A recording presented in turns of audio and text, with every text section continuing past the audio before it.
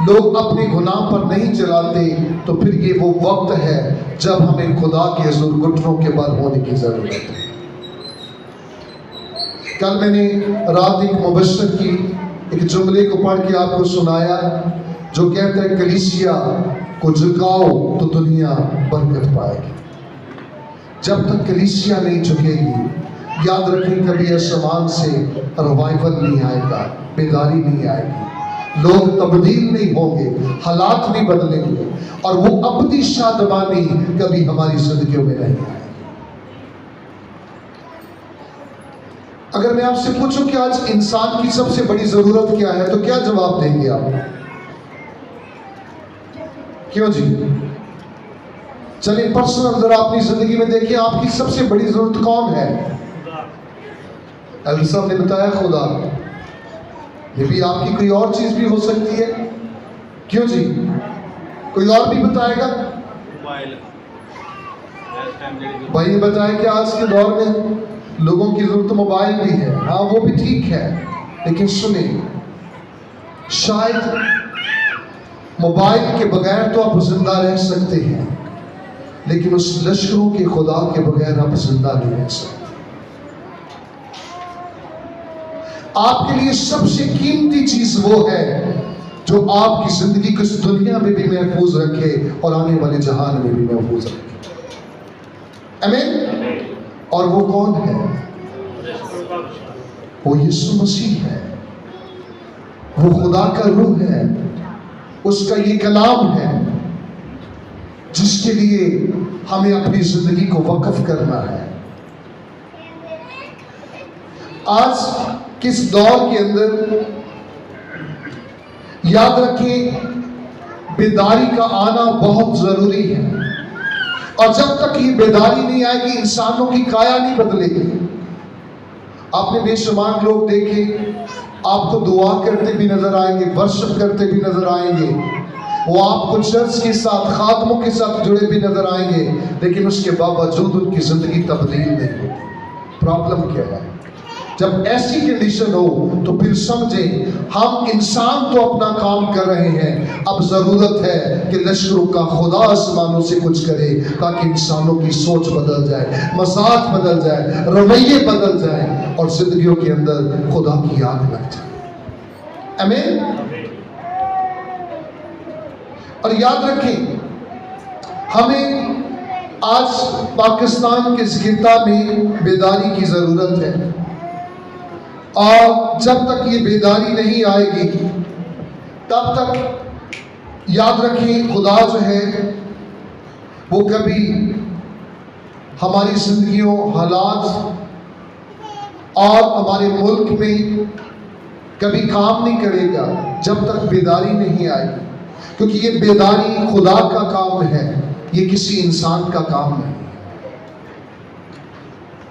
خدا ہمیں مختلف اینگلز میں استعمال کرتا ہے، اور یاد رکھیں بیداری نمبر 3، جب بیداری آتی ہے تو جب یہ غیر معمولی نتائج پیدا کرتی ہے تو پھر ہوتا کیا ہے؟ پھر یاد رکھیں جو مذہب ہے وہ شکست کھاتا ہے، پرانی انسانیت شکست کھاتی ہے، پھر اس وقت انسان کے بنائے ہوئے نظام کے ڈھانچے ہل جاتے ہیں، وہ کبھی قائم نہیں رہتا۔ خدا کی حضوری کے سلاب کے سامنے انسان کے پلانز مٹ جاتے ہیں اور خدا کے منصوبے جو ہیں وہ پورے ہونے شروع ہو جاتے ہیں۔ آمین۔ آپ کو پتہ ہے یہ بیداری کا کام ہے، اور جب تک بیداری نہیں آئے گی تب تک یاد رکھیں پرانی انسانیت کو شکست نہیں ملے گی، تب تک مذہب شکست نہیں کھائے گا، دنیا کی رسمیں شکست نہیں کھائیں گا۔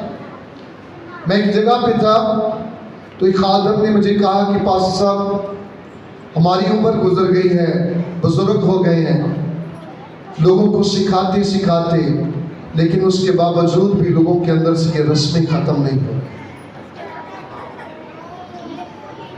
اور میں نے جب ان کی بات سنی تو میں بڑا متاثر تھا، اور یہ حقیقت ہے خادم محنت بہت کرتے ہیں لیکن اس کے باوجود لوگ بدلتے.